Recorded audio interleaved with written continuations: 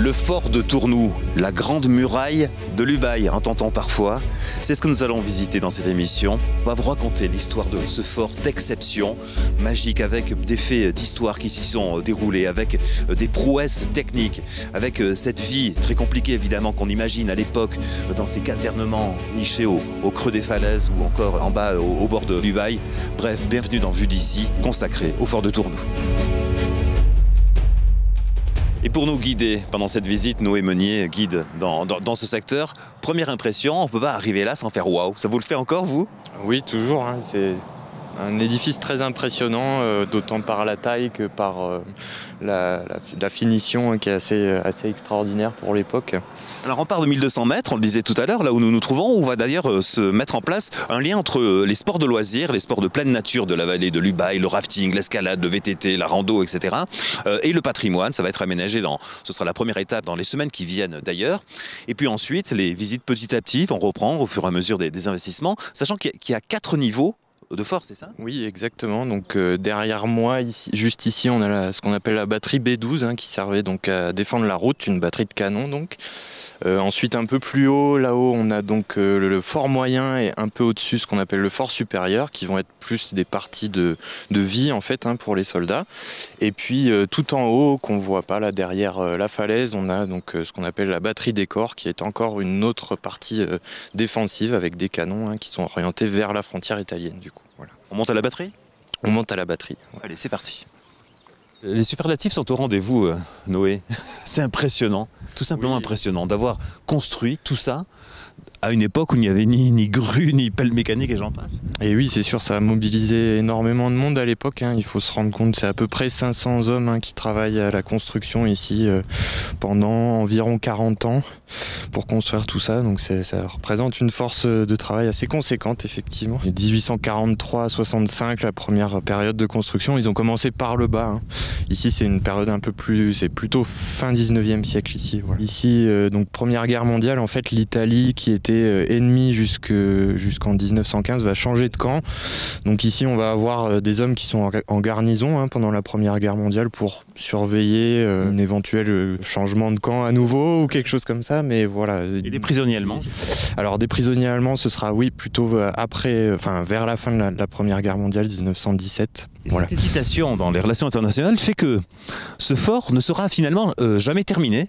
C'est-à-dire qu'on est en 1915 et on arrête les travaux de casernement, par exemple. Voilà, exactement. Mais comme vous pouvez voir de ce côté-là, ça c'est un casernement qui n'a pas du tout été terminé. Par exemple, il y a d'autres endroits comme ça qui n'ont pas été achevés à cette époque-là. Et puis, étant donné que c'est déjà un édifice qui est assez vétuste à l'aube de la Seconde Guerre mondiale, on ne va même pas se donner la peine de le terminer complètement.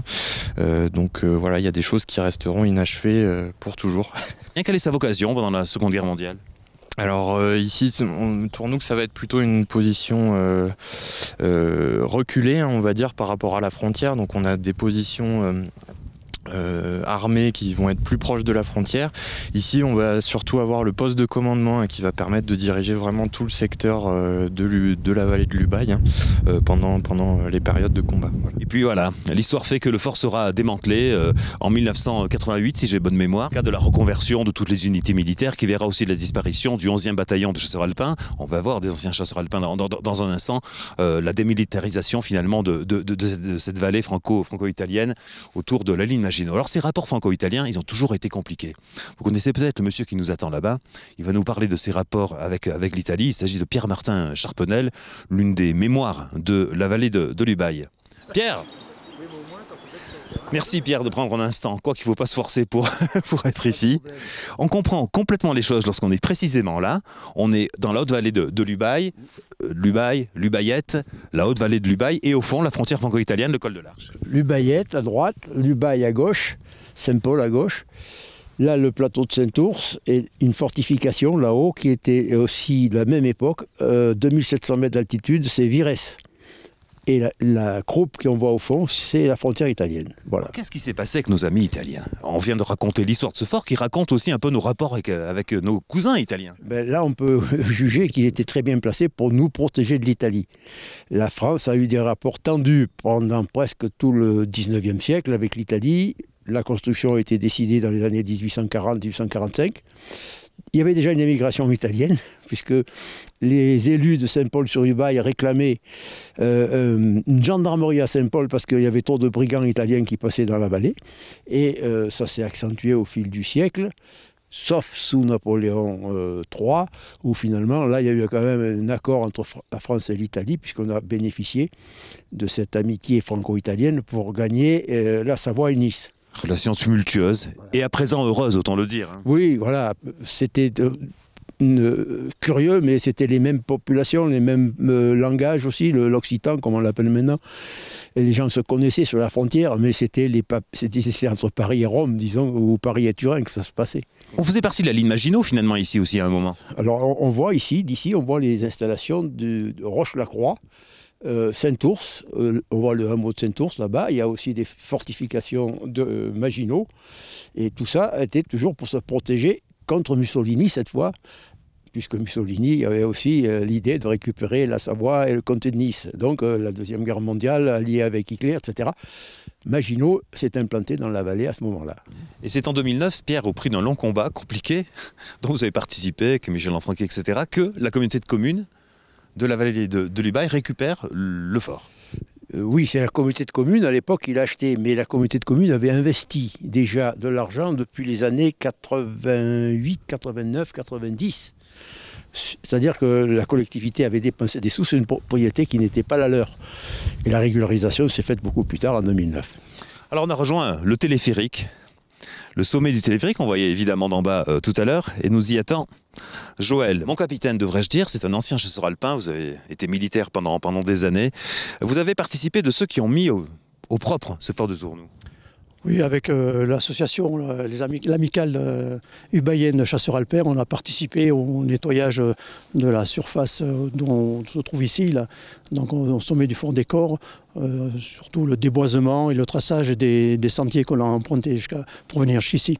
Alors ce qu'il faut savoir, Joël, c'est que tous ces forts communiquaient entre eux, mais auparavant par des signaux. Ça partait donc du col de Vars pour ce qui concerne la vallée du Bail, le fort de Vallon-Clos que l'on aperçoit, qui est à la limite sur la ligne de crête que l'on voit là-bas. Ensuite, ça partait donc sur le fort de Cuguré que l'on voit ici, qui transmettait lui au fond de la vallée du Bail, au-dessus de Saint-Vincent-les-Forts. Et ensuite, ça partait jusqu'à Toulon. Par signaux lumineux. Par signaux lumineux. Et voilà notre chasseur alpin, Daniel. Oui, Daniel. Merci de prendre un instant. Alors vous avez été parmi les derniers à vivre la vocation militaire du fort, mais complètement en bas, au dépôt de munitions. Alors c'était... Batterie 12. Batterie 12. B12. B12, batterie 12. Évoquant par exemple le téléphérique. Oui. Il servait à monter quoi finalement? Alors là, je crois que le téléphérique qu'on aperçoit ici montait 250 kg, c'est-à-dire pas grand-chose. Il ne montait pas des hommes, il montait de la nourriture, de l'approvisionnement, quelques munitions. Ces escaliers troglodytes, pourquoi sont-ils comme ça dans la falaise? C'est impressionnant, il a fallu les creuser, tout ce que l'on imagine, mais pourquoi? Tout simplement parce qu'entre le bas et le haut, si vous voulez, en bas, en gros, il y avait de la vie. Il y avait ce qu'on appelait les casernes pèlerins. Et là, les hommes vivaient. Quand il n'y avait pas la guerre, il fallait bien habiter dans un endroit relativement à l'aise. Alors que, au moment du combat, il faut que toutes les parties défensives de la montagne, on voit bien que c'est un escalier, il fallait être protégé. Et c'est là qu'il y a un ouvrage qui est extraordinaire, parce qu'il y a au moins 20 ou 25 lentilles de vision pour voir sur l'extérieur, mais tout le reste est complètement enfermé, donc on est à l'abri des tirs, et on peut même opposer un combat défensif qui permet aux gens qui circulent dans ces zones-là de monter, de descendre, d'approvisionner ou de tirer, parce qu'approvisionner une batterie qui tire, il faut beaucoup d'hommes, il faut beaucoup de matériel. Voilà. Donc voilà à quoi servaient ces escaliers-là. On va aller s'approcher des fossés et de l'entrée de cette batterie. Et de ce fort, on en parlerait des heures, comme vous le faites encore. Voilà, on peut être que passionné par ce fort de Tournou. Merci de nous avoir donné quelques éléments clés de découverte de ce fort. Merci à vous. Ce fort qui va faire l'objet de beaucoup d'investissements dans les années qui viennent. Alors évidemment, on peut le faire en claquant des doigts quand on voit l'immensité de l'ouvrage. Florence Audagneux est en charge du patrimoine à la communauté des communes Ubaye-Serponçon. Vous avez décidé, évidemment, pour des raisons facilement compréhensibles, et puis par rapport à l'immensité du chantier, de phaser les choses. Effectivement, on a fait réaliser une étude qui nous a préconisé. Alors Alors en tout, 21 phases de travaux, sachant que ces phases de travaux, en fait, elles sont modulables. Nous, l'étude les a faites dans un sens, on peut effectivement décider de les faire dans un sens différent. Quoi qu'il en soit, 21 phases pour restaurer depuis la batterie des corps jusqu'à l'esplanade Pellegrin, donc jusqu'à la batterie B12, et donc en passant par le fort supérieur et le fort moyen. Sur combien d'années ? Ça, c'est difficile à dire, ça dépendra effectivement des subventions qu'on obtiendra, mais c'est vrai qu'on aimerait le faire, mine de rien, assez rapidement. Merci Florence, on est vraiment très content de vous avoir fait découvrir ce fort de Tournoux. J'espère que comme à nous, il vous a fait quelque part un petit peu tourner la tête.